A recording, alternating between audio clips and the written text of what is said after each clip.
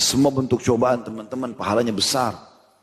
Kalau Allah kasih cobaan penyakit, Allah kasih cobaan bangkrut, Allah kasih cobaan diganggu orang, sabar, pahalanya besar.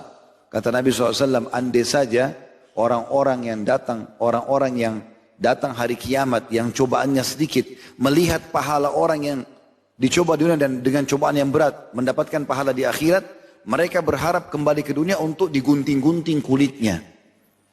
Begitu kata Nabi SAW. Kalau seandainya orang yang cobaannya sedikit di dunia, melihat nanti di akhirat pahalanya orang yang banyak cobaannya, saking besarnya dan kedudukannya sangat tinggi di sisi Allah, mereka berharap yang sedikit cobaannya dikembali dunia, lalu digunting-gunting kulitnya. Ini sakit kalau gunting kulit, tapi mereka berharap itu supaya dapat pahala yang besar di akhirat nanti. Maka itu juga satu.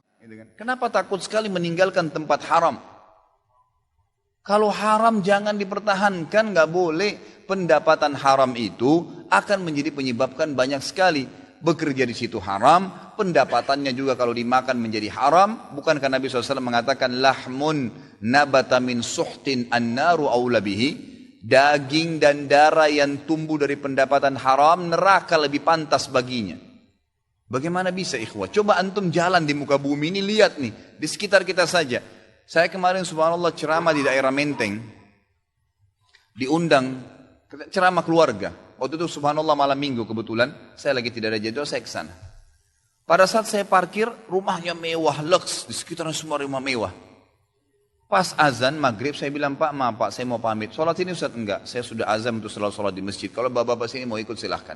Lalu saya masuk, saya cari mana masjid, tanya. Orang teman yang suka jahil dan saya sulit mempercayainya lagi. Apa yang saya harus lakukan Ustaz? Jaga jarak aja dari dia. Jaga jarak saja. Kalau sampai ada di antara teman-teman ya, yang memang dasarnya suka jahil sekali, suka sekali mengganggu, ya, suka iseng. Nah ini dalam Islam tidak boleh iseng-iseng ya, sengaja iseng ya, mengagetkan, menyembunyikan barang, ini harusnya dihindari, karena memang ini nanti bisa berbahaya kalau orang salah paham ya. Mungkin ada banyak orang begitu, tadinya dia cuma mau niatnya bercanda, akhirnya sampai temannya mati, ya, terbunuh, kesetrum, tabrakan dan segala macam. Ya, memang tidak boleh. Nah kalau ada teman-teman yang suka begini memang lebih baik dihindari, karena orang beriman itu tidak akan jahil. Dia bercanda dengan hal yang benar, tidak ada sesuatu yang bohong di situ. Dalam hadis dia berkata, wahai utusan Allah, sampaikan kepadaku satu perkataan saja yang bisa mengantarkan aku pada kebahagiaan dunia akhirat, yang aku tidak perlu menanyakan kepada selain anda lagi. Kata Nabi SAW, ucapkan, aku telah beriman kepada Allah, lalu istiqamalah dengan mengikuti peraturan-peraturannya. Maksudnya, kalau seseorang di antara kita teman-teman sudah mulai belajar agama, hadir majlis ta'lim, mulai belajar baca buku, mulai terapkan agama, maka apa yang harus kita lakukan? Istiqamah. Dan istiqamah ini sampai mati. Allah perintahkan itu dalam Al-Quran, surah Al-Hijr ayat 99, a'udzubillahi minasyaitonir rajim, wa'bud rabbaka hatta ya'tiyakal yakin. Setelah kau tahu ilmu agama ini, kau sudah tahu mana halal dan haram kamu nikmati selama hidupmu, maka sembahlah Tuhanmu dengan itu semua, patuhi sampai datang kepadamu. Teman sekalian, dari Luqman Al-Hakim. Luqman seorang yang saleh, dalam pendapat yang kuat mengatakan dia adalah seorang yang saleh yang Allah kekalkan namanya dalam Al-Quran, surah Luqman. Dinukil sebuah kisah, dikata dia pernah mewasiatkan kepada anaknya, ya bunayyi, wahai anakku, istaghni bil kasbil halal, selalu cari rezeki halal itu. Jangan kau diam, jangan vakum, jangan malas. Bergerak, cari pendapatan yang halal. Fa innahu maftaqara ahadun illa asabahu ihda thalathu khisal. Tidak ada orang yang meninggalkan mencari rezeki halal di dunia ini kecuali dia akan ditimpa salah satu dari 3 masalah besar. Yang pertama, rikkatun fi dinihi, agamanya lemah. Orang kalau tidak punya pendapatan, pengangguran, malas, agamanya lemah. Makanya banyak orang murtad hanya dengan sembako, ya. Lemah agamanya. Dia kalau mau sholat tapi ada pembagian sembako gratis, tinggalin sholat dulu. Lemah imannya.